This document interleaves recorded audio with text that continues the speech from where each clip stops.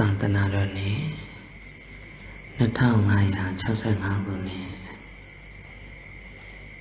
Gonsa Degre Tangdoya Shisetongune Samung Lazen Dongyeni Green Degre Natangnesete Satalavai Chauye Sanini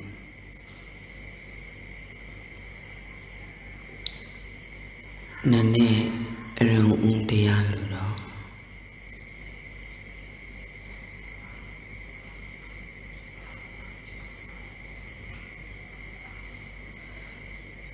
Go Dio Pianchi Nine the day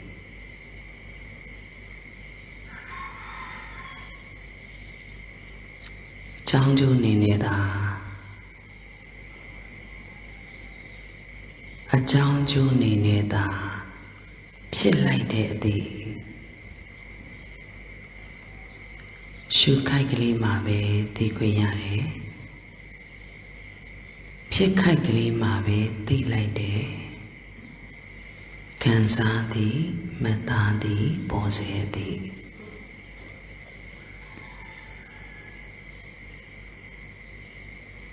Shukai Mada Tiquayare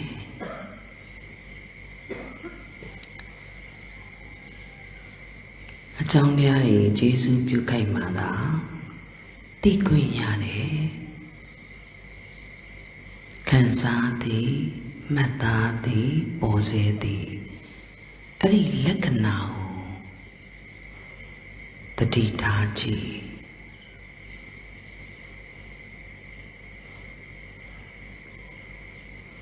Shukaiti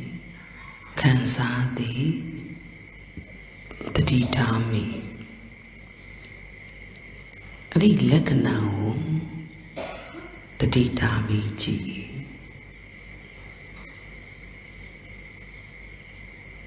This are sighted a me yaudi tea. Chidayavame.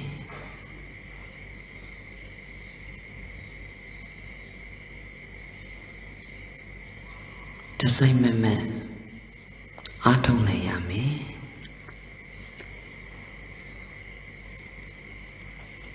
Di neve Ayawa Jesu Piwisoye. Di Kansadi Mati say neve Bawin Jingo Jima Go Dio Go Pianchi Nine the D This are sighted a me yaudi tea Gentao Lure Di Mati say ma Bong yay bad at the ball. Namake a lady, pupin piani at the ball. Tinya Tinkarai at the ball.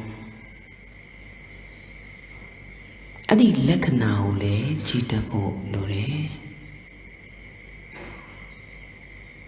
Shukai Tide Kansa Tide Tritami Yame. Say ne say that they do a video Nankanali Bao Bao Mido Ti me Lakanao Jime Ti de me de Lakanao Giame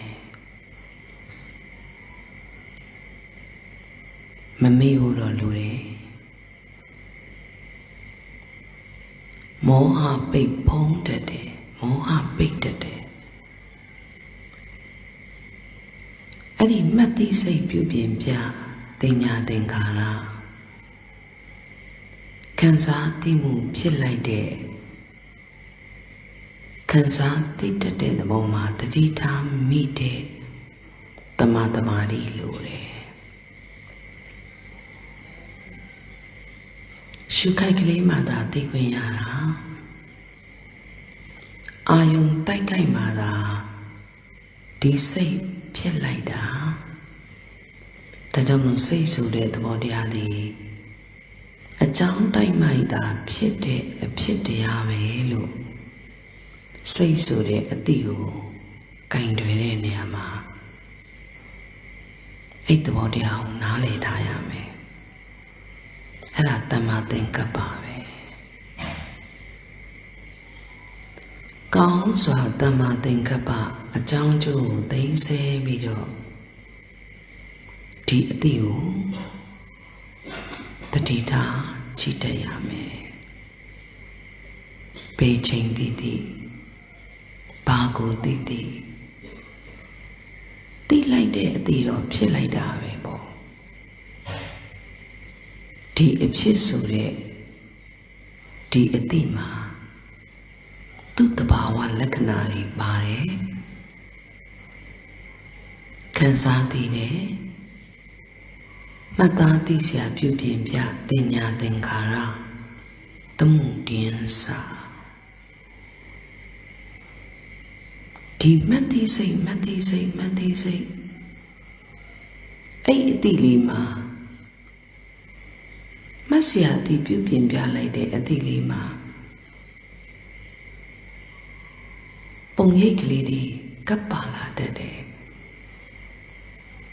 အဲ့သဘောလေးကိုခံစားသိတယ်ခံစားသိမှပုံရိပ်ပါတယ်ဒါဆိုရင်ဝေဒနာဆိုတဲ့ခံစားသိဟာခံစားသိမှပုံရိပ်ပါမှတ်သိစိတ်ပုံရိပ်လေးပေါ်မှာခံစားတာအာယုံရဲ့အရာတာကိုခံစားသိတာဒါဆိုရင်စိတ်စေတသိက်ပေါင်းပြီးတော့သာသိခွင့်ရလိုက်တာလို့ရှုခိုက်ကလေးမှာတတိထားသိပါရက်ခိုက်ကလေးမှာအနေထားကြည့်ရမှာရှုခိုက်သည်ရက်ခိုက်ကြီးခံစားသိတတ်တဲ့သဘောမိလာလိမ့်မယ်ရှုခိုက်သည်ရက်ခိုက်မိလက္ခဏာကိုကြည့်ရှုခိုက်သည်ရက်ခိုက်မိလက္ခဏာကိုကြည့်အာယုံပြုရာသိစိတ်ပါခံစားသိမှုဖြစ်လိုက်တာမှတ်သားသိစရာပြုပြင်ပြတင်ညာသင်္ခါရပုံရိပ်လေးတွေပြုပြင်ပြတင်ညာသင်္ခါရတမှုတင်းစာဒါကြောင့်လို့ဒီဖြစ်ဆိုတဲ့ဒီသဘာဝတရားကြီးမှာဖြစ်လိုက်တဲ့သဘာဝတရားလက္ခဏာမှာအတိတ်ကယူခဲ့ဆွဲခဲ့မှတ်ခဲ့တဲ့အယူတစ်ခုပေါ်မှာမှတ်ဆွဲခဲ့တဲ့သမုဒယအကြောင်းလေးပါတယ်လို့အတိတ်အကြောင်းကိုသိဆဲပေးရမယ်ပေါ့တည်တည်တတ်တတ်နဲ့လို့တတိတိုင်းမှာမတည်တတ်ရင်နောက်ကြောင်းပြန်လှည့်နေရလိမ့်မယ်အဲ့ဒါဝိသိကိစ္စလို့ခေါ်တယ်မတည်တတ်ခဲ့လို့ဒီတည်တဲ့လုံးမှာသူ့ရဲ့သဘာဝလက္ခဏာတွေအပြတ်ကိုမရှိပါနဲ့အောင်အပြတ်ကိုမရှိပါနဲ့အောင်ဒီအတိလေးပေါ်မှာတတိထားသိမိရင်အကြောင်းကျိုးကိုချိတ်ဆက်မိရင်ယုံမားတန်တရားကင်းသည်အထိဒီအတိကိုပိုင်နိုင်အောင်ကြည့်ပေးပါမျက်လုံးဖွင့်သည်ဖြစ်စေမိတ်သည်ဖြစ်စေကံမျက်လုံးဖွင့်တော့ငကိုကံမြင်ကံသိတွေနဲ့ပဲတိတိပြီးကြည့်နေတယ်လို့မပိုင်သေးလို့ကံမျက်စိကိုခဏလေးသိမ့်တာမိတ်တာမပိုင်သေးလို့လက္ခဏာကိုကြည့်တတ်တဲ့ဝိပဿနာအပါမဝသေးလို့ကံမျက်စိကိုခဏလေးမိတ်ပေးတာဒီသဘောတရားကိုသိလဲသိတယ်ရှိခိုက်ရက်ခိုက်မှာမိလဲမိတယ်လက္ခဏာကိုကြည့်တတ်ပြီဆိုရင်က ကံမျက်စိဖွင့်သည်ဖြစ်စေပိတ်သည်ဖြစ်စေဒီခံစားသည့်မှတ်သားသည့်ဒီအသည့်ကိုပြန်ကြည့်နိုင်တဲ့တတိနဲ့ခံစားမှုနောက်ကိုပါမသွားတော့ခံစားသိကများပေါ့ဒီတဲ့ကျွမ်းကျင်လာရင်ဝေဒနာစတင်ညာစစိတ်ဓာတ်သင်္ခါရောဒီစိတ်သိက်သုံးပါအကြောင်းတရားများပေါင်းလို့သာအာယုန်မျိုးသိခွင့်ရတဲ့သဘောသိဆိုတဲ့ဝိညာဉ်အဲ့ဒီအတိမှာသိကများမှာတတိအခါခါရပြီးတော့သိကများတတိပါယသိကများတတိပါယသိကများလေဝိညာဉ်မှာတည်င်းသုံးလာနိုင်လိမ့်မယ်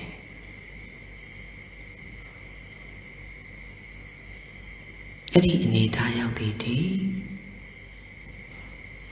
ဒီအာယတနာဘဘပိုင်းတွေကိုလည်းနိုင်ရမယ်အာယတနာဘဘဆိုတာလေစကုအကြည့်မြင်သိကြ၏သောတာအကြည့်ကြားသိကြ၏ကာနာအကြည့်နံသိကြ၏စိတ်ဝါအကြည့်စားသိကြ၏ကာယအကြည့်ထိတွေးကြ၏မနာအကြည့်တွေးသိကြ၏အခိုက်တတ်များပဲအဲ့ဒီဒေတာနဲ့စိတ်ကိုအသိမွေဆုံးကင်တွေ့ရမယ်အဲ့လိုမျိုးကင်တွေ့တဲ့ရင်စိတ်ကိုအသိမွေဆုံးကင်တွေ့တဲ့ရင်ဒါအမြင်မှန်လာလိမ့်မယ်အဲကြောင့်လို့ကင်တွေ့ပုံကင်တွေ့နည်း technique နီးစနစ်တိတ်ရေးကြည့်တယ်အပြည့်နေအောင်အဖြစ်ကိုတန်တရားမရှိအောင်ကျင့်သုံးရမယ်အပြည့်ကိုနေအောင်တော့ဖြစ်ဆိုတဲ့အတိလေးကိုဒီအကြောင်းကျိုးကွင်းဆက်ကိုအကြောင်းကျိုးချိတ်ဆက်မှုကိုသိပြီးတော့အသိမွေ့ဆုံးအနေထားနဲ့ရှုခိုက်ရခိုက်အနေထားနဲ့ဒီအသည့်ပုံမှာတန်တရားကင်းသည့်အထိကြိုးစားရမယ်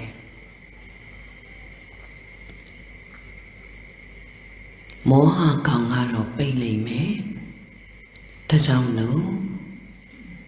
ကိုယ်အသည့်ကိုကိုယ်ပြန်ကြည့်နိုင်တဲ့တည်းဖြစ်ခိုက်လေးမှသာသိခွင့်ရတာဒါကြောင့်မို့စိတ်ဆိုတဲ့သဘောဟာအရှိတရားမဟုတ်ဘူးလေအကြောင်းတိုက်ခိုက်လေးမှသာဖြစ်ခွင့်ရတဲ့သဘောသိလိုက်တဲ့သဘော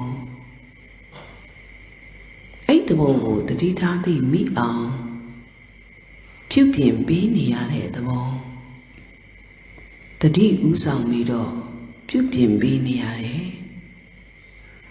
ဒီအသည့်လေးကိုမှန်မှန်ကန်ကန်ကင်တွယ်တတ်တဲ့တမ္မာဖြစ်မှတမ္မာတတိဖြစ်မယ်မှန်မှန်ကန်ကန်ကင်တွယ်တတ်ရတယ်အဲ့တတိနောက်ကနေဝိရိယနေပြီးတော့ကပ်ပြီးတော့ရောလို့လည်းမရအောင်လွန်လို့လည်းမရအောင်တမ္မာဝါယမဖြစ်ရမယ်အဲ့ဒီအာထုံးမှုဝိရိယကာယစိတ်ဒီကာယကိုလည်းသုံးတော့အောင်ပါပဲဒီစိတ်ဓာတ်ကလည်းအများအကျိုးအတွက်အများကိုကိုးစားပြုပြီးလောကကိုကိုးစားပြုပြီးကာယစိတ်တေပရာဟိတရမောဝိရိယဖြင့်ပါရမီ ပါရမီဆိုတာစိတ်ရဲ့မြင့်မြတ်တဲ့ quality ကိုပြတာတတိနောက်မှာဝိရိယလိုက်မယ်ဒီလက္ခဏာကိုမမှန်ကန်ကန်သိမိအောင်အားထုတ်တယ်တတိဝိရိယနဲ့ပေါင်းပြီးတော့ဝိတက်တင်ပေးတယ်ပေါ့တတိဝိရိယနဲ့ပေါင်းပြီးတော့တင်လိုက်တဲ့သဘောကိုဝိတက်လို့ပြောတာမှန်မှန်ကန်ကန်နားလေတဲ့အတွက်အဲ့ဒီဝိတက်ကို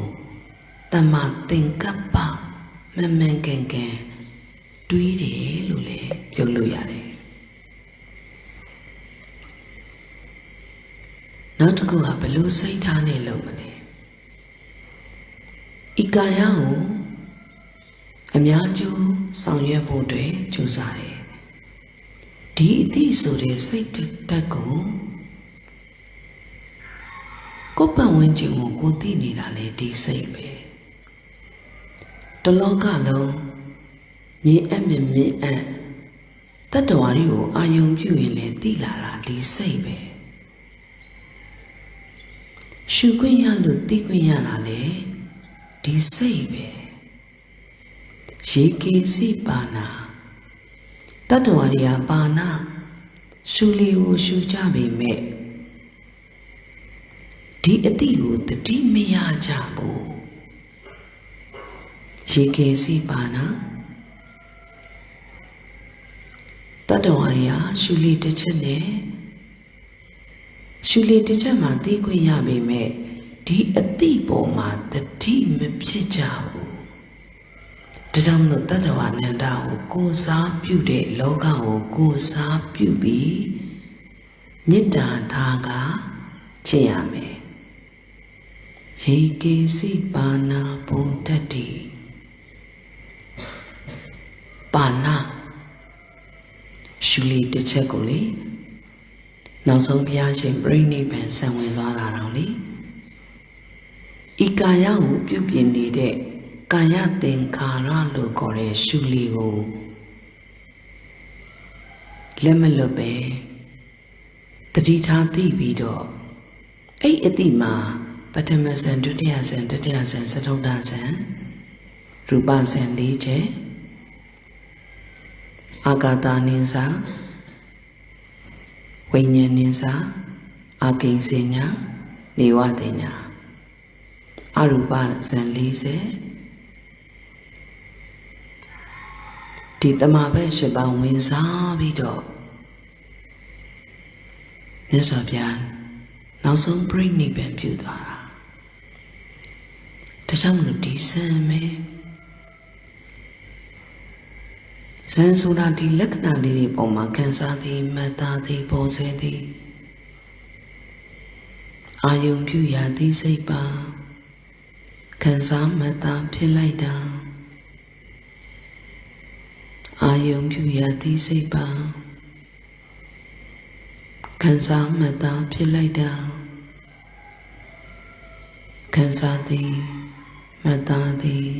ပေါ်စေသည်စိတ်စိတ်တသိပေါင်းပြီးတော့ဒါသိခွင့်ရတယ်။နာခဏလေးပါပိုက်အောင်လုပ်တာအဲ့တော့မှတမာတမာလေးဖြစ်လိမ့်မယ်။ခံစားသည်မှတ်သားသည်ပေါ်စေသည်အာယုံတိုက်ခိုက်ဒီအသည့်ပေါ်တယ်ရှုခိုက်ကလေးမှသိတယ်တိုက်ခိုက်ကလေးမှသိတယ်မှတ်စရာသည်လေးပြတယ်သမှုတင်းစာဆိုတဲ့သမှုတရားရဲ့သဘောဘာသဘောလဲယူခဲ့အယူတစ်ခုနဲ့မှတ်ခဲ့အယူတစ်ခုပေါ်မှာဆွဲခဲ့မှတ်ခဲ့အဲ့ဒီနမိတ်တွေပါတတ်တယ်ဒါကြောင့်လို့မှတ်စရာသိမှနမိတ်ပါသမှုတင်းစာမတိစိတ်မှနမိတ်ပါနိမိတ်တကရဏရတ္တဒါတင်ညာရဲ့အလုပ်ကိုပြောနေတာနော်တင်ညာလှုပ်ဆောင်မှုသိတော့မှပညာဖြစ်မှာ ခံစားသိတတ်တဲ့သဘောမိတော့မှကာမဒုက္ခလေးကအစွန်းလွတ်မှာအစွန်းလွတ်ဖို့အတွက်ခံစားသိတတ်တဲ့သဘောမှာမိတယ်တမတမာတိလို့တယ်တမတမာတိဖြစ်မှလည်းကာမအစွန်းလွတ်မယ်မဆရာတိပြုပြင်ပြတယ်လက္ခဏာကိုကြည့်၍ပြုပြင်စေမှာပဲဒီအမှတ်ပြတယ်ပြစ္ဆုတ်ပံမှာပဲပြီးဆုံးတယ်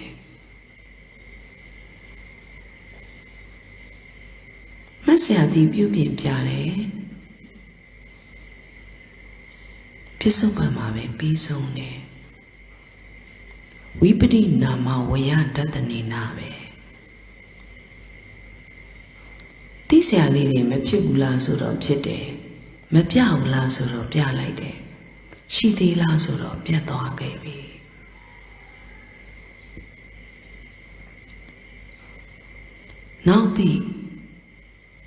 နောက်မှတ်သိစိတ်တခုပြုပြင်ပြပြီးတော့လားအဲ့တန်တတိအစဉ်ဆက်လာတာဒါကြောင့်လို့ပြတယ်ဘာသာရရဲ့တတပြက်တယ်ပေါ်တယ်ပျောက်တယ်ပေါင်းစုပြီးတော့ဖြစ်တယ်ချုပ်တယ်ဒါမဲ့ပေါ်သဘောလေးပျောက်နေတဲ့ပြသဘောလေးပြက်နေတဲ့ပစ္စုပန်မှာကြည့်နိုင်ဖို့ကတော့ခက်တယ်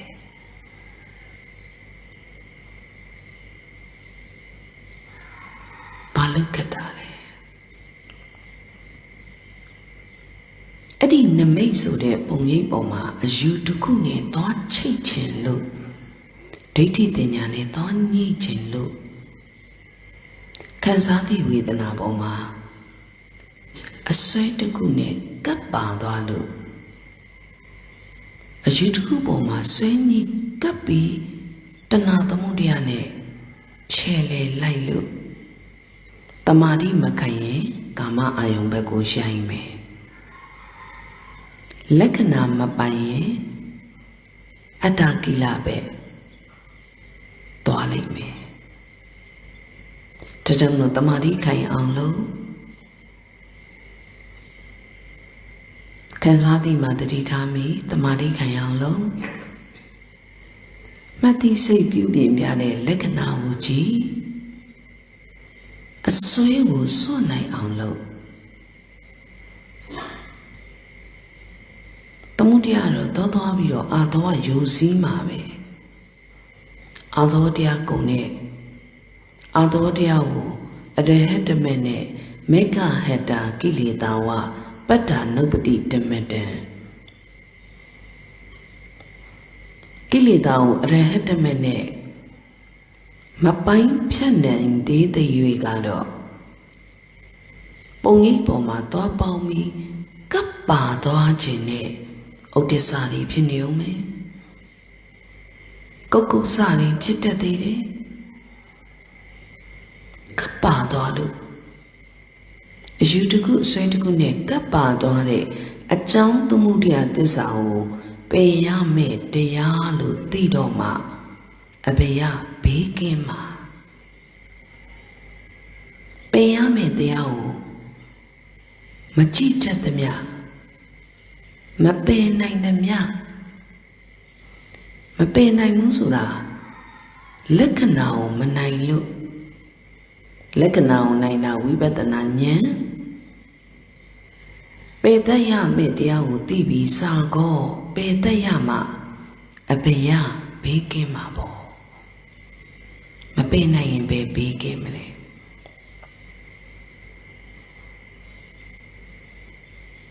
ဒီအောင်ဂဂနနာဒီအသိတလုံးမှာပြန်ပြီးတော့နောက်ဆင်တင်းပြီးကုတ်ကုတ်ဆမဖြစ်အောင်အယူတစ်ခုဆွဲတစ်ခုကိုဖြုတ်ပြီးတော့ဒီအသိကိုကြည့်နိုင်အောင်လုပ်ရမယ်ဒါကြောင့်မို့တေးသေးတက်တက်လုံးလို့ပြောတာမလောနဲ့ အပြက်မြင်မှဝိပဿနာဆိုပြီးတော့အပြက်ဘက်ကိုပဲအရင်ဆောင်မပေးနဲ့အောင်ဒီအတိတစ်ချက်တိုင်းမှာဘလောက်ထိဒီအတိကိုတတိထားမိအောင်ကြည့်နိုင်တယ်လေဒီအတိကိုဘလောက်ထိအသိမွေ့ဆုံးထိသိနိုင်တယ်လေဒီအတိကိုဒါကပိုင်းခြားသိရမယ်တရားဒုက္ခသစ္စာပဲ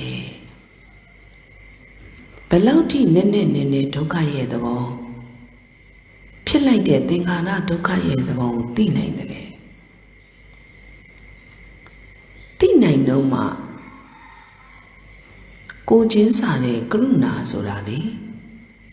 ဒီဒုက္ခကိုပိုင်းခြားသိမှကရုဏာဆိုတာဖြစ်လာတာအဲ့ဒါကိုပဲမဟာကရုဏာလို့ခေါ်တာမို့ပိုင်းခြားမသိရင်ကိုယ်တိုင်ကဖြစ်လိုက်တဲ့အသည့်သင်္ခါရတရားအနေနဲ့ပြုပြင်လိုက်တဲ့အသည့်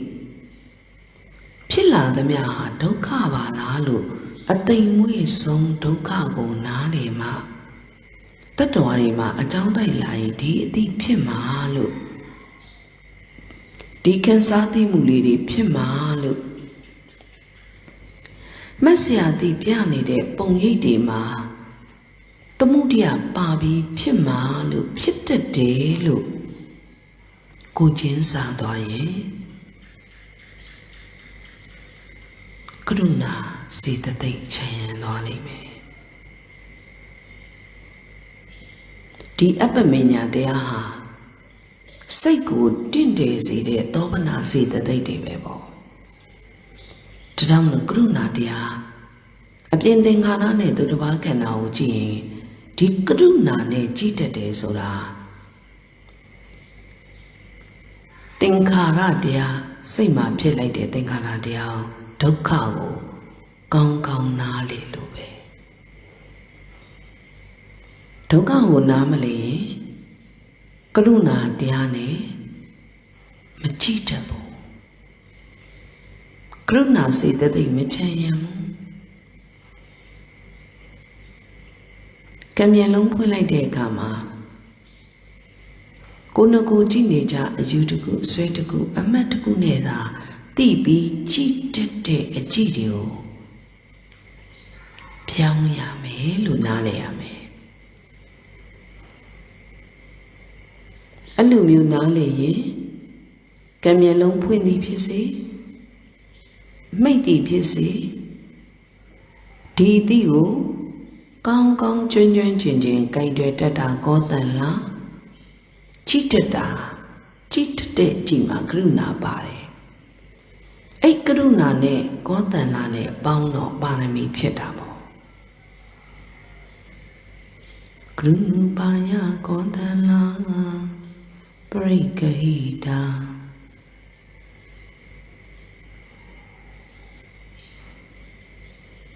ပါရမီဖြစ်တာပေါ့ဒါကြောင့်မို့တရားအထုတ်တယ်ဆိုတာတစ်ပတ်သက်ပရမတ်ပဲတစ်ပတ်သက်စောင်းပြရမှာလည်းမဟုတ်ဘူးပြည့်ညက်တဲ့ပရမတ်ချိန်ပြီးတော့အတွင်းပြင်ချိတ်ဆက်ပြီးတော့ချိတ်ဆက်နိုင်မှပါရမီပြောင်းမြောက်မှာကာယစိတ်တိပရာဟိတရမောဝိရိယပါရမီ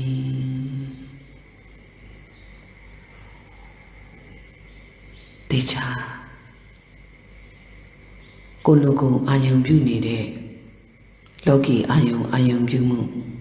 ခံစားသိမှုတွေနဲ့ပဲဖြစ်နေမှုမဆရာသည်ပြနေတဲ့လက္ခဏာမှာလက္ခဏာကိုကြည့်တတ်တဲ့ဝိပဿနာမှာပါတော့အယူတစ်ခုအမှတ်တစ်ခုအစွဲတစ်ခုနဲ့သာသိနေမှုခံစားမှုအမှုတက်ပြီးတော့သာသိနေမှုကြည်နေမှုကံမြောက်မှုတန်ရာရှိခဲ့ပြီဒါကြောင့်မလို့တေချာမိအောင်လုပ်တော့ရှုလေရှုခဲ့ပေမဲ့ရှုလေတစ်ချက်အသိတစ်ချက်တိုင်းမှာ ရှုမှန်မသိရက်မှန်မကြည့်တတ်လို့အကြောက်တရားတွေနဲ့လည်းနေခဲ့ရပြီအကြိုက်တရားတွေရဲ့သွေးဆောင်မှုနောက်ကိုလည်းလိုက်ခဲ့ပြီ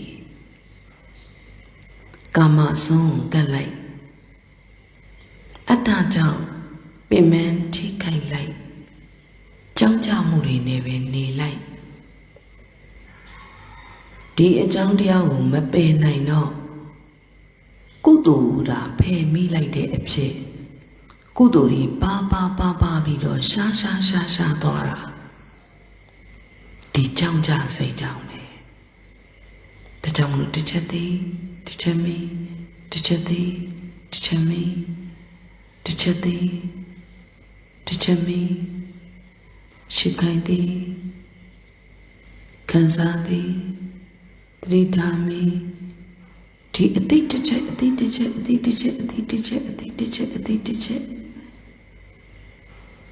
အဲ့ဒါကိုလည်းတတိထားပြီးတော့သိတဲ့တတိထားပြီးတော့သိတဲ့တတိနဲ့ဝိရိယကိုကပ်ပြီးတော့တင်နေပေးနေတဲ့သဘောဝိတက်လို့ပြောတာ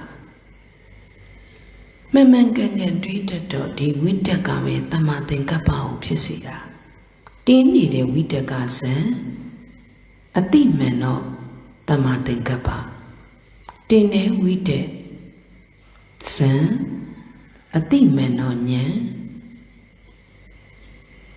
တင်းနေလောကဇံအတိမှန်တော့ဇံဇာနာပစ္စည်းမေကပစ္စည်းဒီပစ္စည်းတရားတွေလည်းမှန်ရမယ်ဇာနင်္ဂာနိမေခင်္ဂာနိဇာနင်္ဂာနိဇာနာတမြုတ္တကနံဓမ္မနံမေခင်္ဂာနိမေခတမြုတ္တကနံဓမ္မနံတံသမုဋ္ဌာနာနိသရူပနံ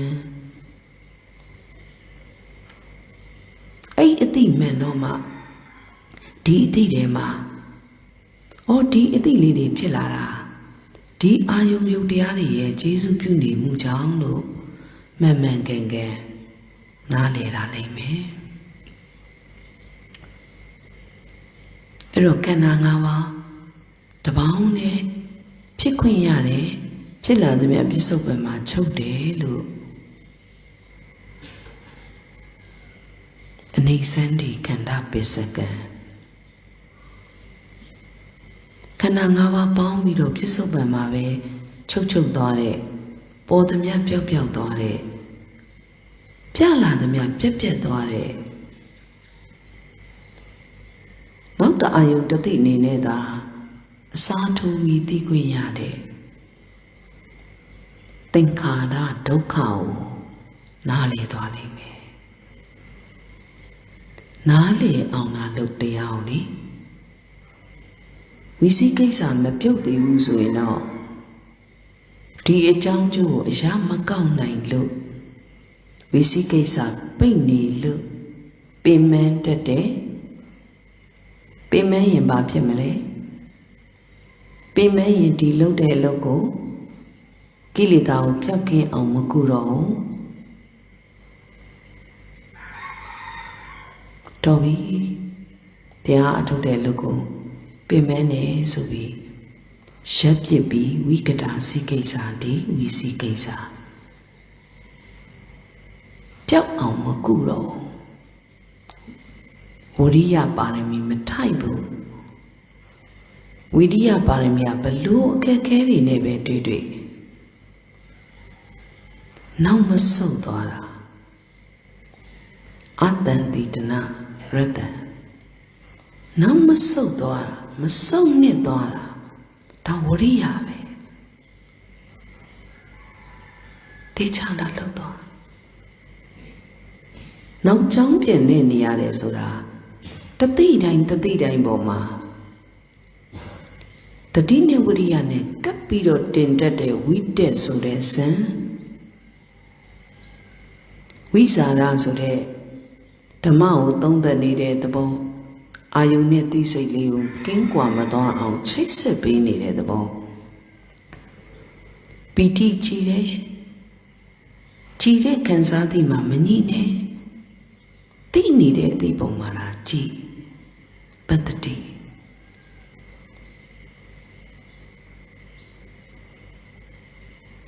မျိုးစိန်က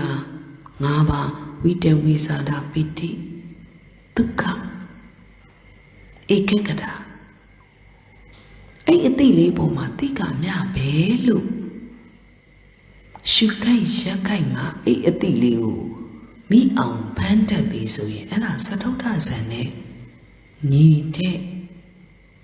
တမာတိဖြစ်ရင်အိဇံအားကောင်းရင်ဓမ္မကို analyze လုပ်တဲ့နေရာမှာအဘိညာဉ်ဉာဏ်တွေထွက်လာနိုင်မယ်အထူးသိတဲ့ဉာဏ်တူးတွေဖြစ်လာနိုင်မယ်ဇံအားမကောင်းတော့အထူးသိတဲ့ဉာဏ်တူးပေးလာမလဲ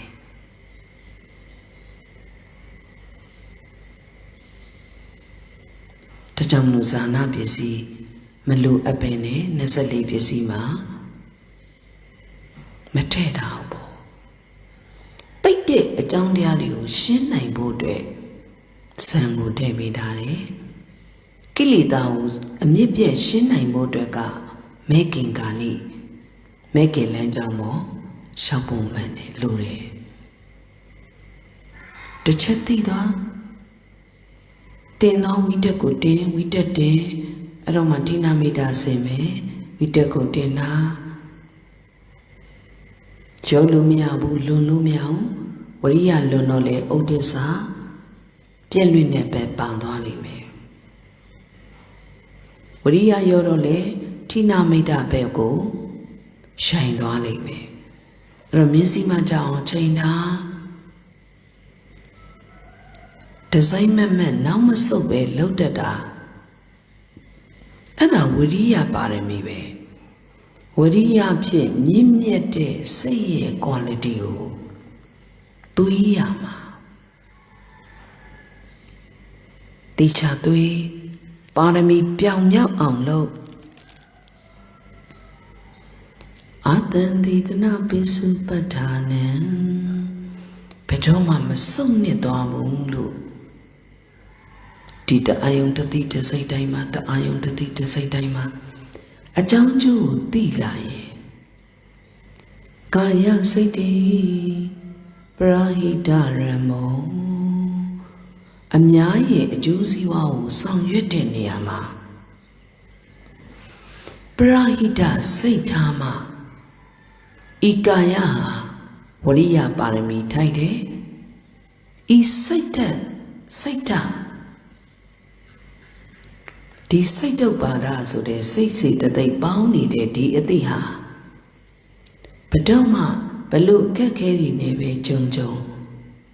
မဆုံးတဲ့သဘောလို့ဉာဏ်ထဲမှာထင်လာတာ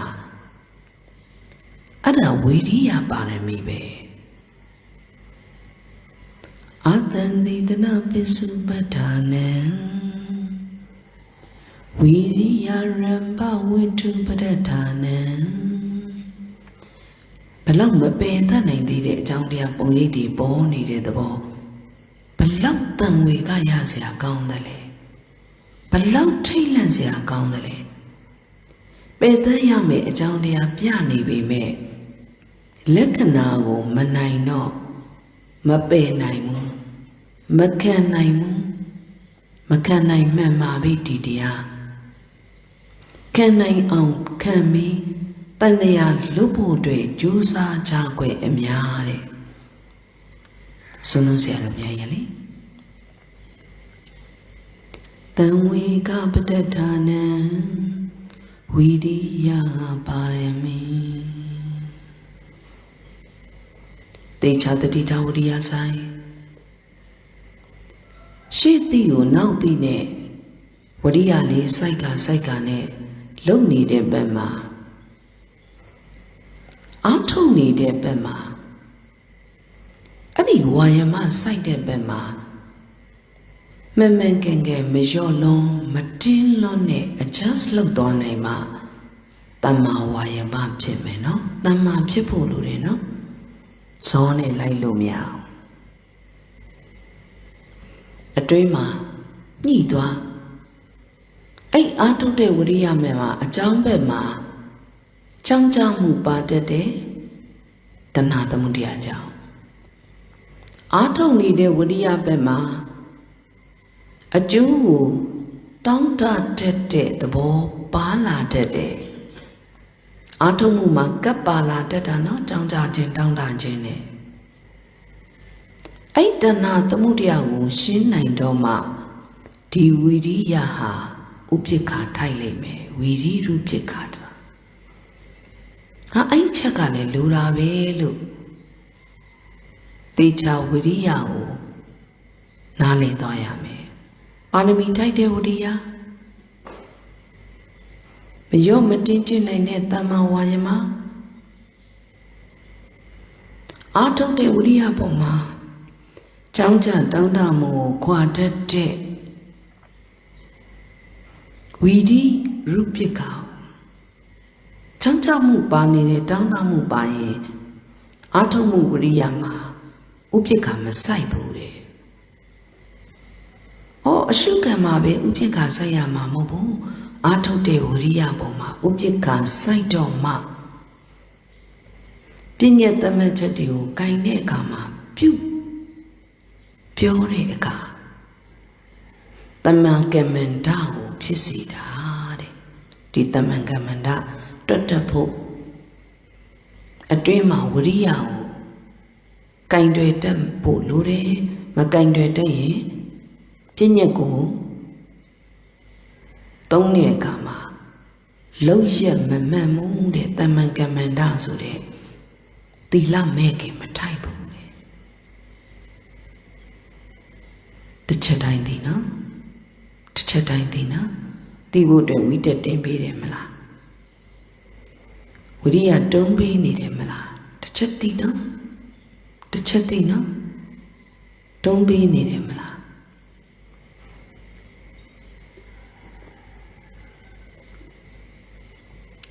တစ်ချက်သိနော်တစ်ချက်သိနော်ပါရမီထိုင်အောင်ဒီဝိရိယအောင်ဘယ်လိုသွားမလဲဘလောက်ပဲကြောင်းကြစရာနဲ့ကြုံကြောင်းကြမှုတာပယ်လိုက်မယ်ကုသိုလ်မဖယ်ဘူးကုသိုလ်ကိုဖယ်တော့ကုသိုလ်တွေတပြေးပြေးနဲ့ပါလာတော့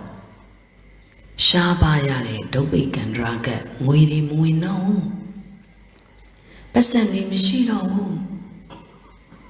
ကြောင်းကြစရာတွေနဲ့ကြုံနေဆိုတာကုသိုလ်တွေပါသွားလို့ဘာလို့ကုသိုလ်ပြုမှုပါလာလဲအစွဲကြောင့်လေအဲ့ဒါကိုပဲဒီလောဘဆိုတဲ့အစွဲတွေဖြစ်လာရင်ဒုဗ္ဗိကန္ဒရာကတ်တွေဖြစ်တယ်ဆိုတာဒါအောင်ပြောတာဒါကြောင့်လို့လောကနဲ့လည်းသက်ဆိုင်တယ်ကိုကျင့်နေတဲ့အကျင့်ဟာလေကိုပန်ဝင်းခြင်းအတွက်လောကအတွက်သဘောထားပါကျင့်မှဒီပါရမီရဲ့ quality ဟာစွန့်ရည်တတိထက်တာဘလောက်ပဲကြောင်းကြစရာနဲ့ကြုံကြောင်းကြမှုကိုသာပယ်လိုက်မယ်အဲ့ပယ်နိုင်ရင်နောက်ဆုံးမှာဒီပြာပါဒကိုဖယ်နိုင်တဲ့အတွက်အနာဂတ်နေ့ထိဖြစ်နိုင်တယ်ကြောင်းကြမှုကိုသာဖယ်မယ်ကုသိုလ်ကိုတိုးပွားအောင်ကြိုးစားမယ်ဆိုရင်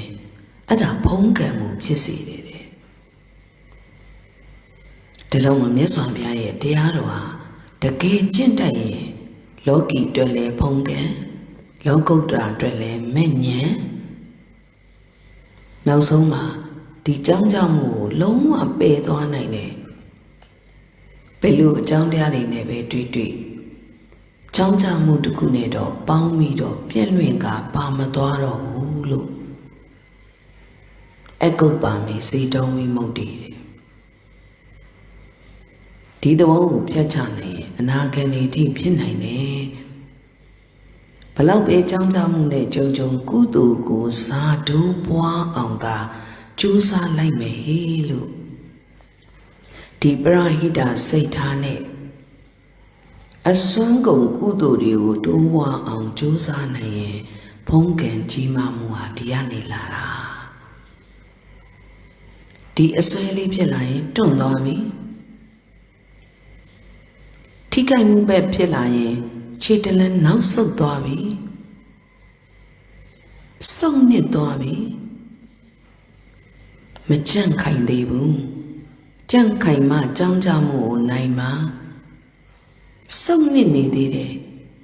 ခြေတလန်းနောက်ဆုတ်ချင်သေးတယ်ဒါကြောင့်မလို့ဘလူမျိုးကပ်ဘေးတွေနဲ့ပဲကြုံတွန့်နေစိတ်နဲ့နောက်မဆုတ်ဘူးဝီရိယပါရမီကရုဏုပါယကောတလာပရိကေတောကာယစိတ်တေပရာဟိတရမောဝီရိယပါရမီဩတဟလက္ခဏံဝီရိယံဥပထမနရတံအားထုတ်ပဲနော်ကုသိုလ်အမှု၌ထောက်ပံ့ထားတယ်နော်ထောက်ပံ့ခြင်းကိစ္စရှိတယ်အာတံတိတနာပိစုပဋ္ဌာနံမစုံနှစ်တဲ့သဘောလို့ဉာဏ်ထဲမှာထင်လာတယ်ဝိရိယရံဘဝိတုပဋ္ဌာနံတံဝေကပဋ္ဌာနံဝိရိယပါရမီ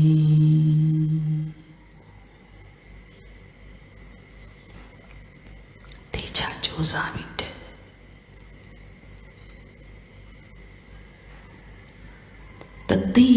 တတိတိုင်း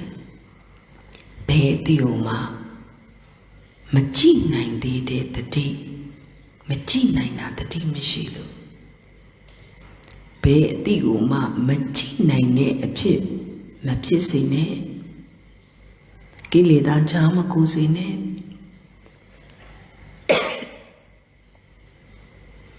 ဘယ်လိုခံစားသိလေးပဲဖြစ်ဖြစ်တတိထားမိတဲ့တမာတိဖြစ်အောင်သာခိုင်ခန့်နေဆိုရင်ဗျာပါဒကြောင်းကြမှုနဲ့လည်းပေါင်းပြီးတော့ပါမသွားရအောင်ပြစ္ဆုတ်ပံမှာသိမိပြစ္ဆုတ်ပံမှာသိမိပြစ္ဆုတ်ပံမှာသိမိခံစားသည်တတိထားမိခံစားသည်တတိထားမိပြစ္ဆုတ်ပံမှာသိမိခံစားသည်တတိထားမိမဆရာသည်ပြတဲ့လက္ခဏာကိုကြည့်သိမိဒီစိတ်စိတ်တိတ်ပေါင်းနေတဲ့သဘာဝတရားတို့ဤဆွမ်းအင်တတိကိုကြည့်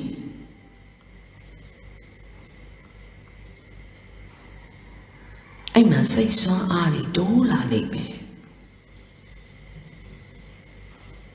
သိမိရှုခိုက်သည်ရက်ခိုက်မိရှုခိုက်သည်ခံစားသည်တတိထားမိသိမိသိမိရှုခိုက်သည်ခံစားသည်ရှုခိုက်သည်ခံစားသည်တတိထားမိသိမိသိမိကြည်ဝေဒနာတမာတိရှုခိုက်သည်ခံစားသည်တတိထားမိမတ္တသည်ပေါ်စေသည်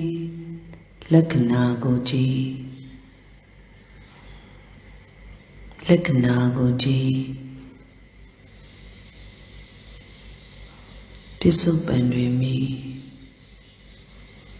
အသိမ်မွေ့ဆုံး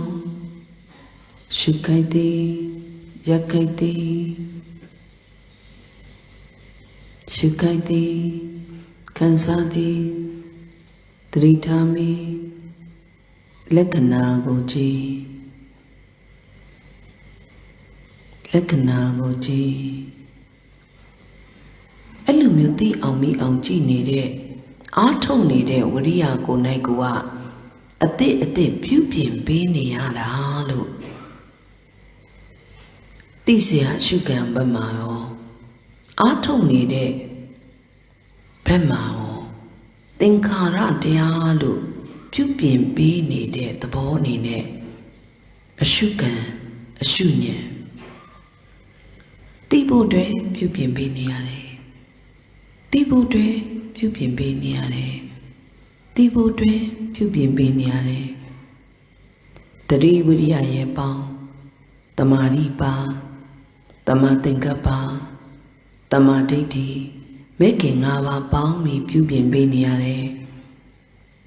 သိမိကြည်ရှုကိုက်သည်ရခိုင်မီတိဖို့မိဖို့အတွက်ပြုပြင်ပေးနေရတယ်မဲ့ခင်၅ပါးမဲ့ဝင်ရတယ်ဝိပဿနာမဲ့ပေါ့အဲ့တော့မှဝိပဿနာတမာဒိဋ္ဌိဆိုတာဖြစ်မှာဇံကိုကင်တွေတတ်မှာဇာနာတမာဒိဋ္ဌိအကြောင်းကျိုးမျိုးနိုင်မှကြောင်းကျိုးနေနဲ့ဖြစ်နေတဲ့သဘောကိုသိမှကမ္မတက္ကတာတမာဒိဋ္ဌိစူးစိုက်နေတဲ့ဇံရဲ့သဘောကို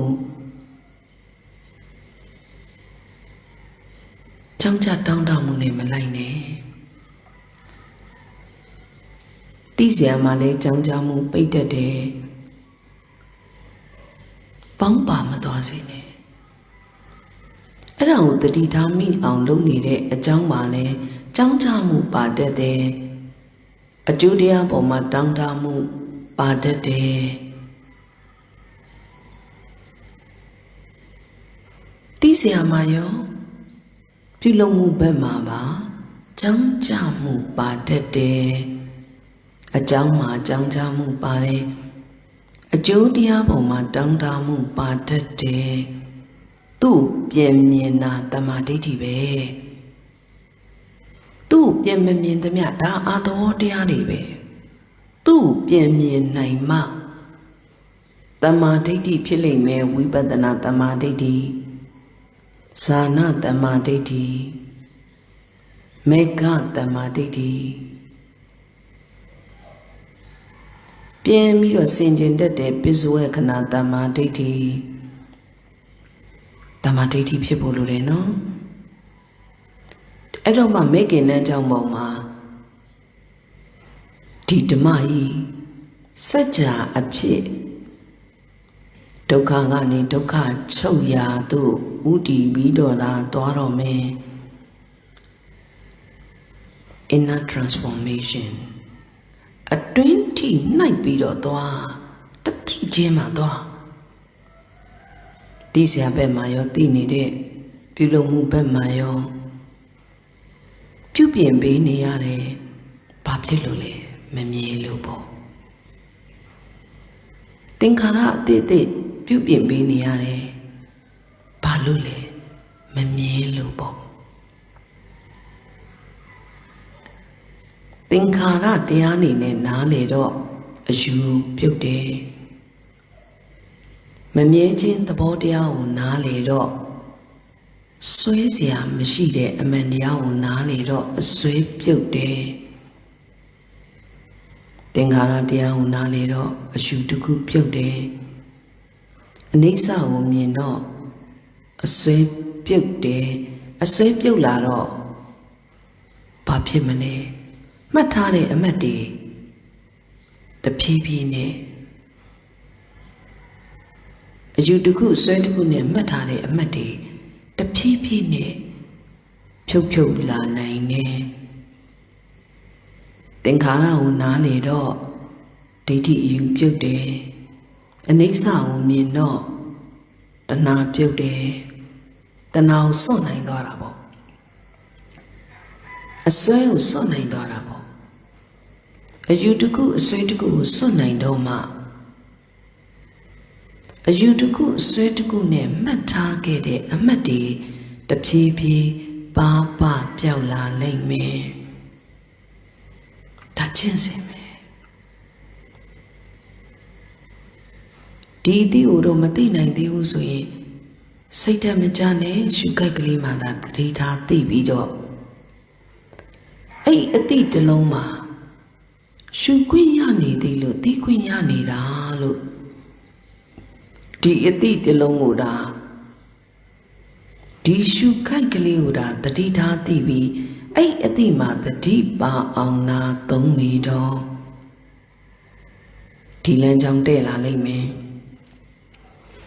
ဒါကြောင့်မလို့ချုပ်ပြီးတော့ပြောရင်ကိုယ့်အတိကိုကိုပြန်ကြည့်နိုင်တဲ့တတိပေါ့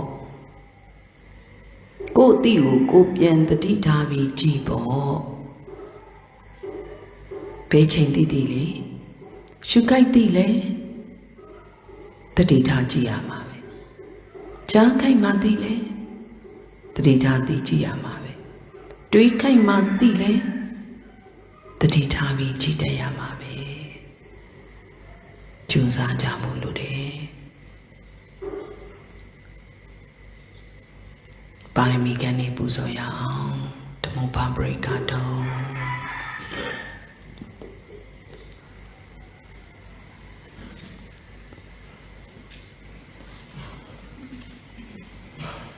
ဆရာလေးဓမ္မပပရိကပေးလေ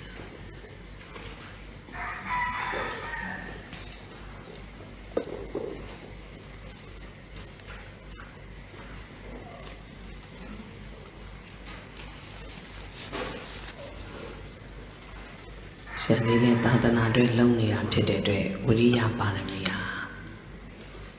အားကောင်းတယ်လို့သုံးသပ်မိတယ်ပါရမီပူဇော်မယ်ဒါနံတိလင်္စာနိကမံပညာဝိရိယေနပင်စမံနေလျောမှာပြီ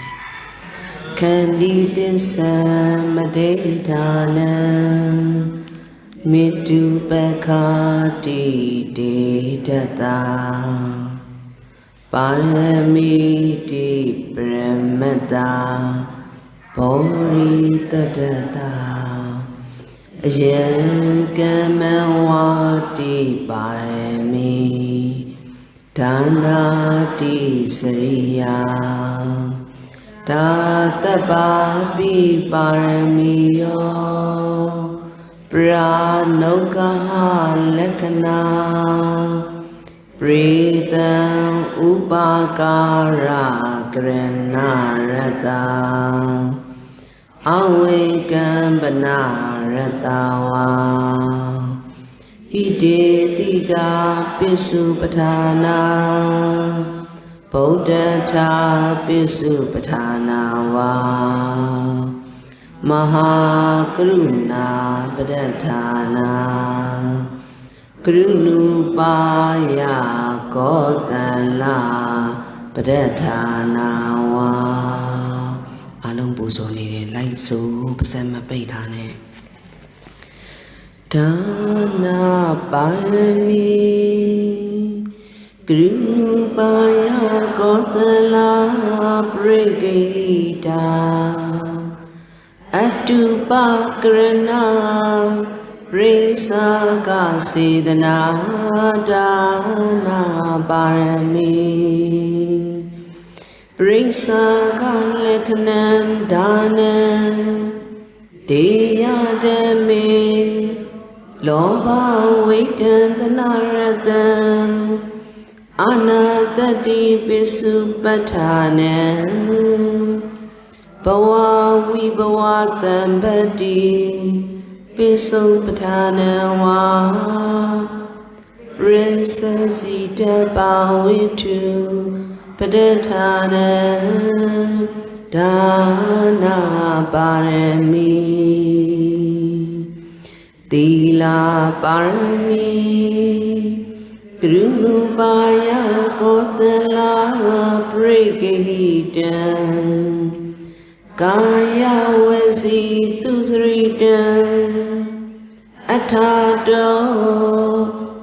အကတပဝိရတိကတပကရဏစေတနာတယောစာသီလပါရမီသီလနာလက္ခဏံ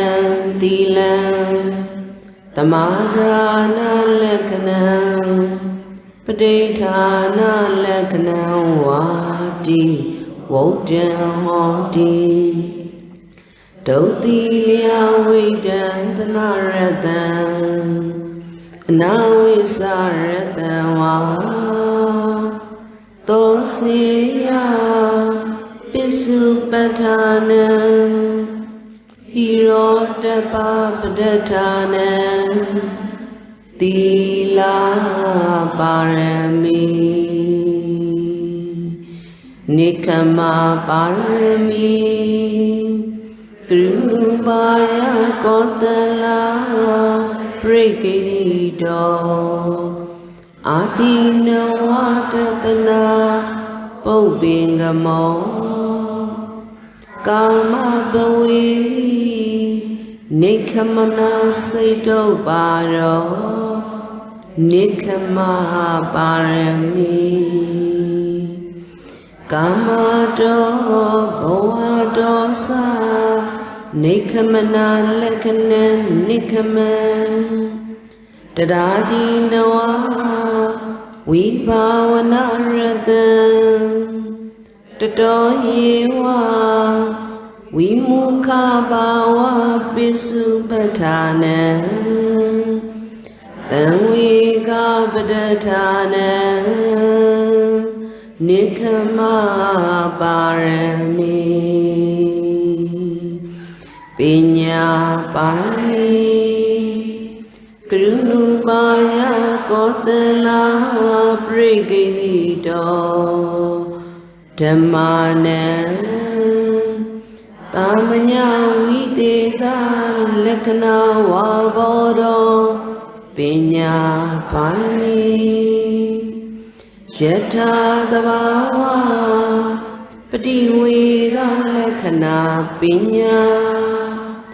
Akalida Patiwira Lekanawa Kutaleta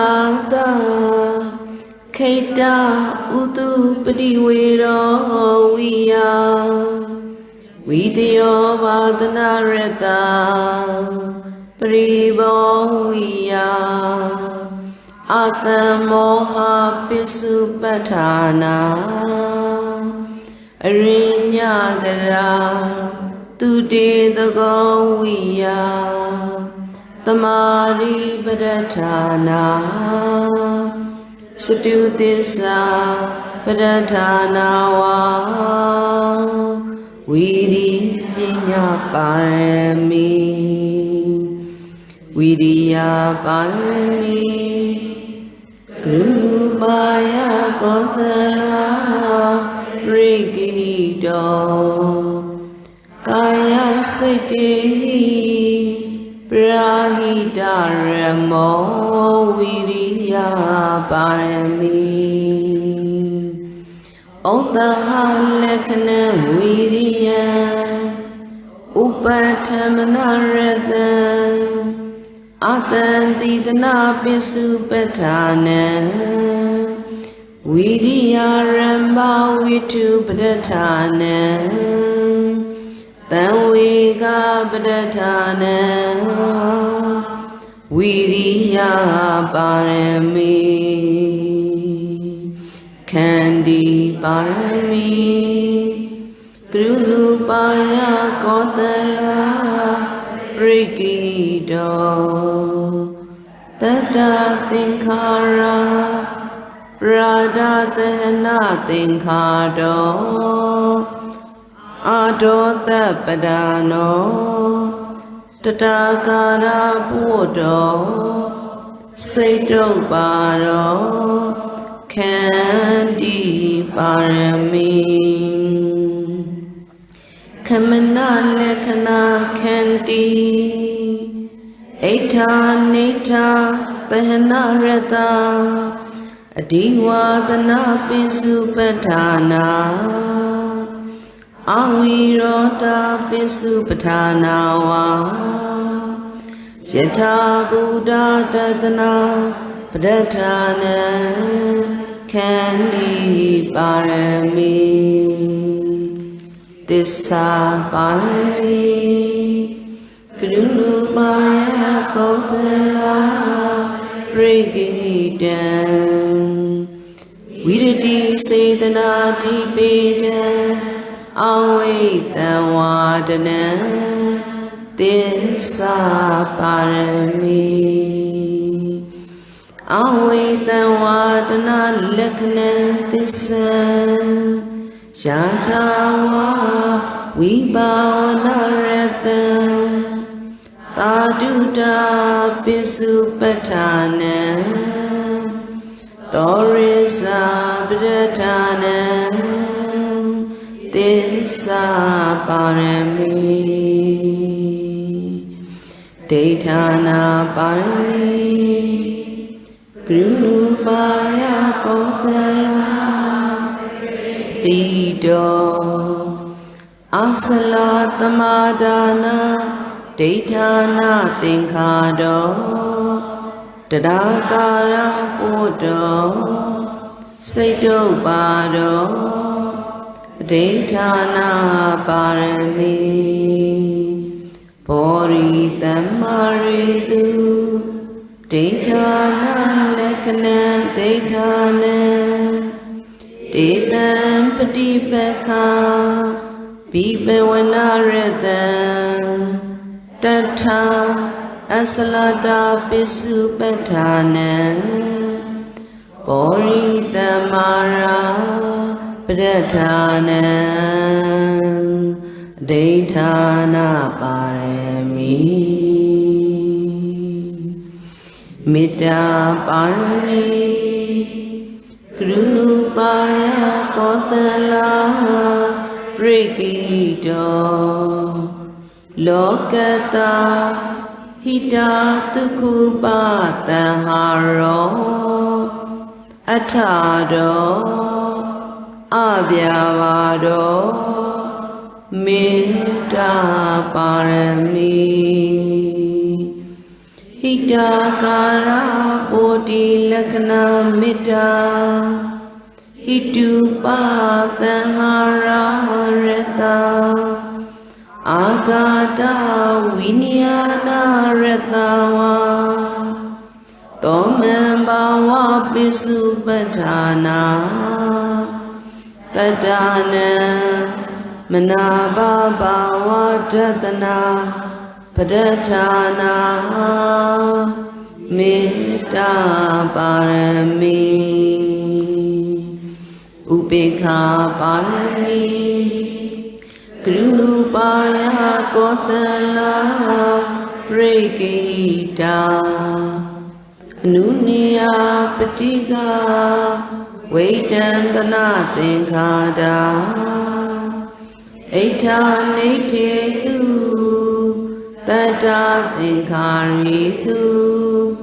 Tama Bodhi Upekha Parami Misadakara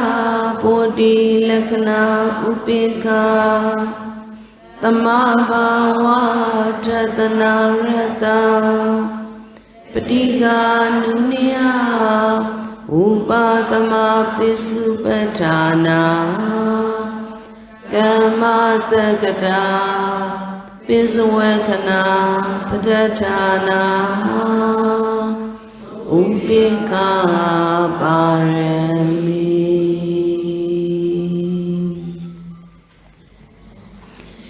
Parami Sete Dhyane Lede Lede Tabo Membo Pembe Seyo Nyasa Gompye Jishu Wega Kotandanai Majanseya Pyese Mane Dukha Nyeni Ekandi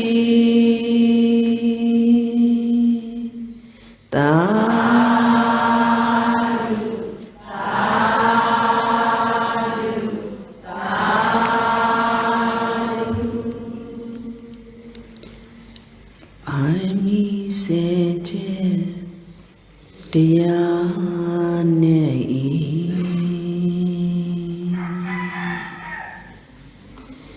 လေးပဲလေးတန်းသဘောမှန်ကိုဖန်ပန်စင်ကုန်ဉာဏ်စက်ကုန်ဖြင့်ကြည်ရှုဝေဖန်ကိုယ်တန်တန်နိုင်မကြံစီရဖြစ်စေမှလျင်ဒုက္ခငြိမ်းမည်ဧကံတိ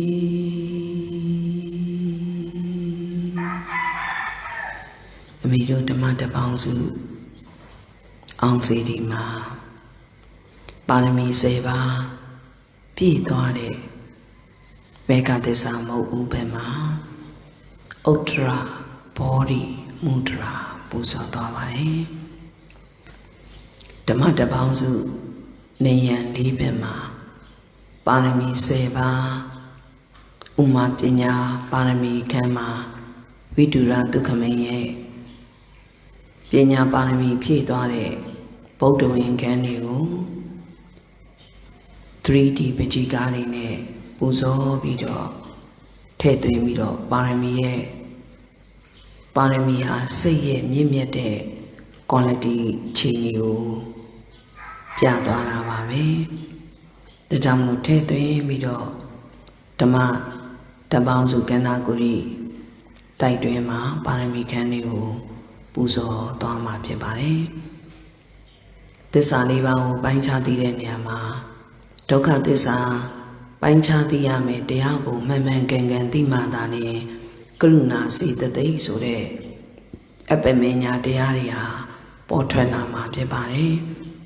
လောကမှာမိမိတူဦးတည်းနေထိုင်တာမဟုတ်တဲ့အတွက်မိမိရဲ့ခန္ဓာကိုကျင့်တတ်ရုံပဲမရပဲသူတစ်ပါးခန္ဓာနဲ့အပြင်သင်္ခါရကိုပါကရုဏာထားပြီးကြည်တတ်ရမယ်လို့အရှင်သာရိပုတ္တရာယုမြတ်စွာဘုရားကပရိယာယသုတ်တံမှာအတွင်းအပြင်ပြည့်ညက်ပရမတ်နှစ်ခုဆက်ပြီးကျင့်သုံးတတ်မှသူမြတ်လို့ခေါ်တယ်လို့နားလည်ရပါမယ်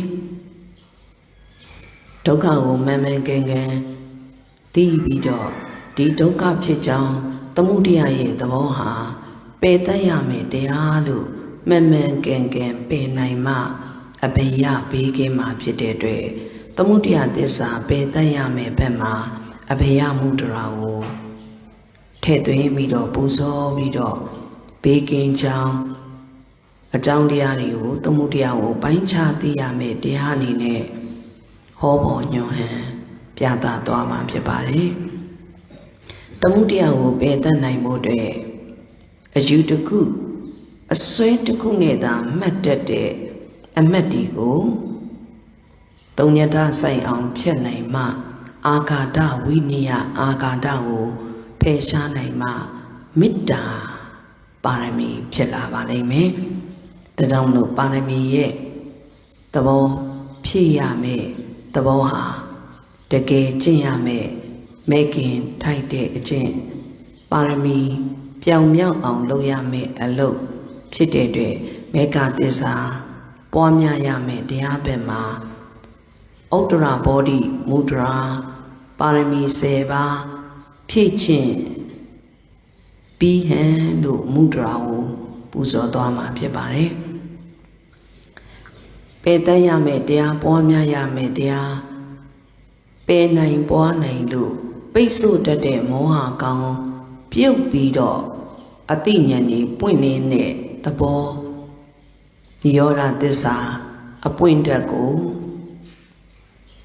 နိရောဓသစ္စာရဲ့ဘက်မှာအတိညာဉ်ကြီးပွင့်လာသည်မြမောဟကြောင့်အလုံးစုံသောအကုသိုလ်တွေဖြစ်ကြရတာဖြစ်တဲ့အတွက်မောဟကောင်ကိုဖြုတ်ပြီးအပွင့်တက်ရလာတာနဲ့အမျှငြိမ်းအေးသွားမယ်အဖြစ်ကိုကျေစုပြုပါလိမ့်မယ်ဒါကြောင့်မို့နိရောဓသစ္စာဘက်မှာတန်တဒဓာရီနဲ့မုဒ္ဒရာဆိုတဲ့ငြိမ်းအေးစီကိုဟန်ဟောပေါ်ညွှန်ပြတဲ့တန်တဒမုဒ္ဒရာကိုထည့်သွင်းပူဇော်ပြီးတော့သွားမှာဖြစ်ပါတယ် တကြောင်လို့တေချာအယုံပြုပြီးတော့အတူပူးပေါင်းပြီးတော့ပါရမီစွမ်းအားတွေကိုဖြည့်ဆည်းနိုင်မှုအတွက်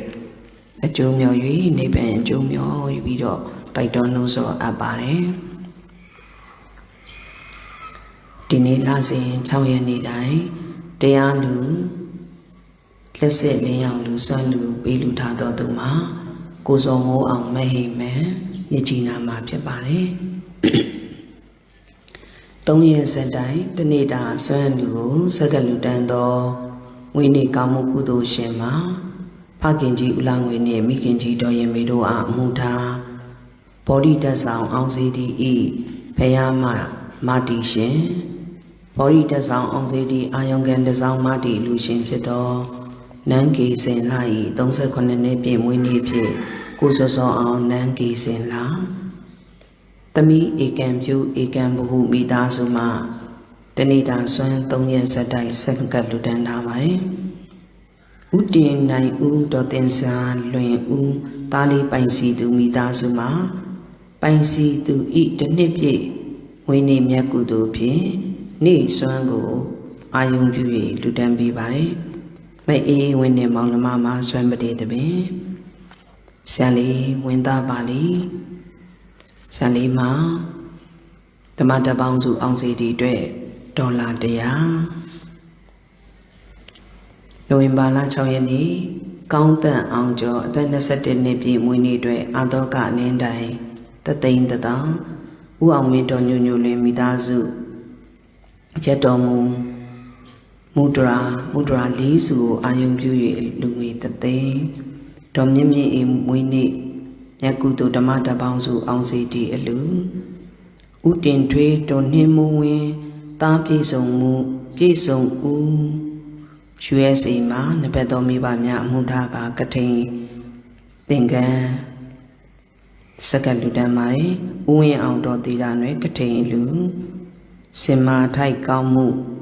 စကြင်ကြောက်ပြားအလူဆုံးအွန်လိုင်းလေးလာပြည့်ဓမ္မတပေါင်းစုနေဘူးကန်စကြင်ကြောက်ပြားဒုတိယကြိမ်မြောက်အချုံရွယ်စုကိုငိမ့်ချမ်းစုပေဒေါက်တာခင်ခင်ထားစင်ကာပူမစ္စတာကန်နီဝွန်ထေထေရှိန်စင်ကာပူဒေါက်တာဝင်းဘူတန်ဒေါ်ပြုံးတီတာမိသားစုဥပဟိန်ဒေါက်ခင်မေဆန်းဒေါ်ဦးထမင်းတုပ်ပြည်မြို့ရာရှိရူကီဂူရာဖူချီတင်ကီမိသားစုစင်ကာပူမှဒေါ်လာ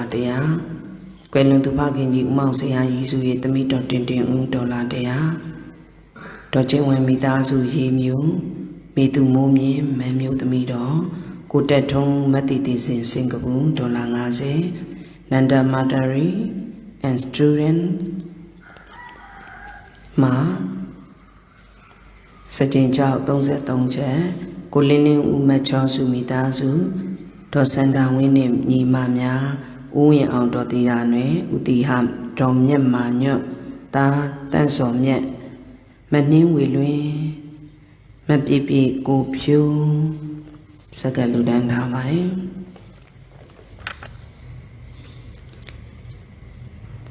တာဆရာလေးများမှလည်းဓမ္မတပေါင်းစုနေဘူးကန်စကြင်ကြောက်ပြားတွေပေါင်းစုကောင်းမှုလူတန်းပေးထားပါတယ်ဦးစင်းညာဦးလာမှာနေဘူးကန်ကြောက်ပြား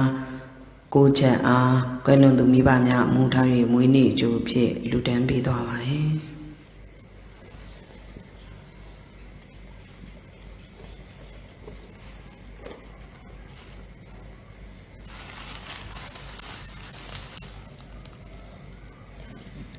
တော်ပြုံပြုံအေးမှာနဝကံမနဲ့တန္တဘာဝတ္ထု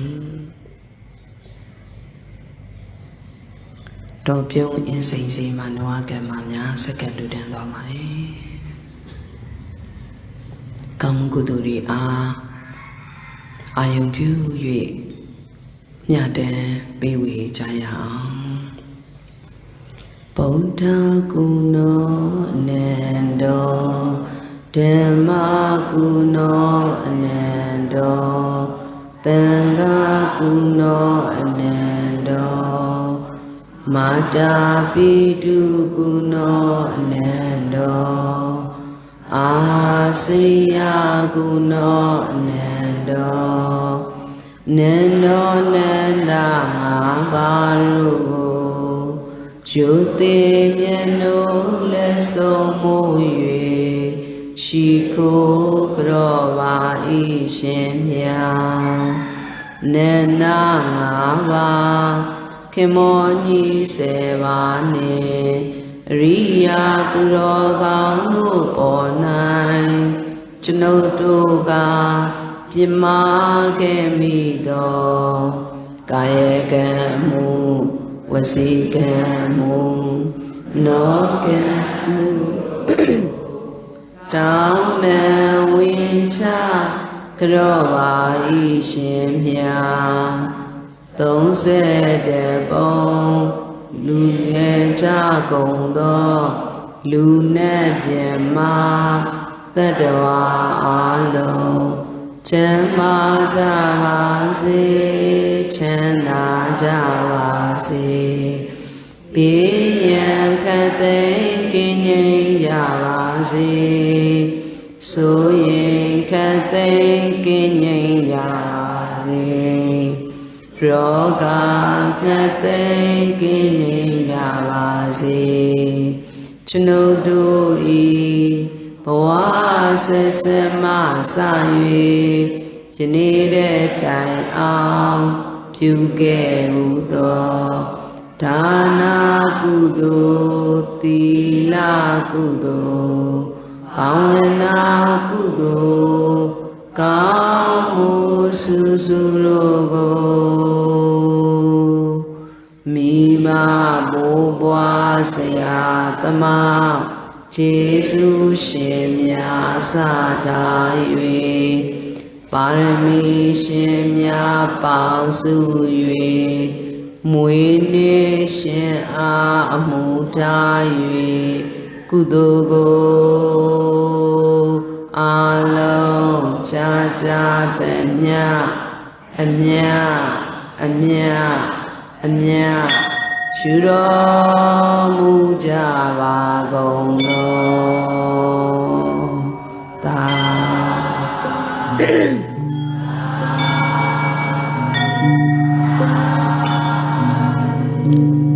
ကုသိုလ်အမြအမြအမြရှုတော်မူကြပါကုန်လောသာဓုသာဓုသာဓုမိဘဘိုးဘွားဆရာသမားကျေးဇူးရှင်များစထား၍ပါရမီရှင်များပေါင်းစု၍မွေးနေ့ရှင်များမူထား၍ကွယ်လွန်သူများအာရည်စု၍ကုသိုလ်ကိုအာလုံးကြာကြာသည်မြအမြအမြအမြရှုတော်မူကြပါကုန်လောသာဓုသာဓုသာဓု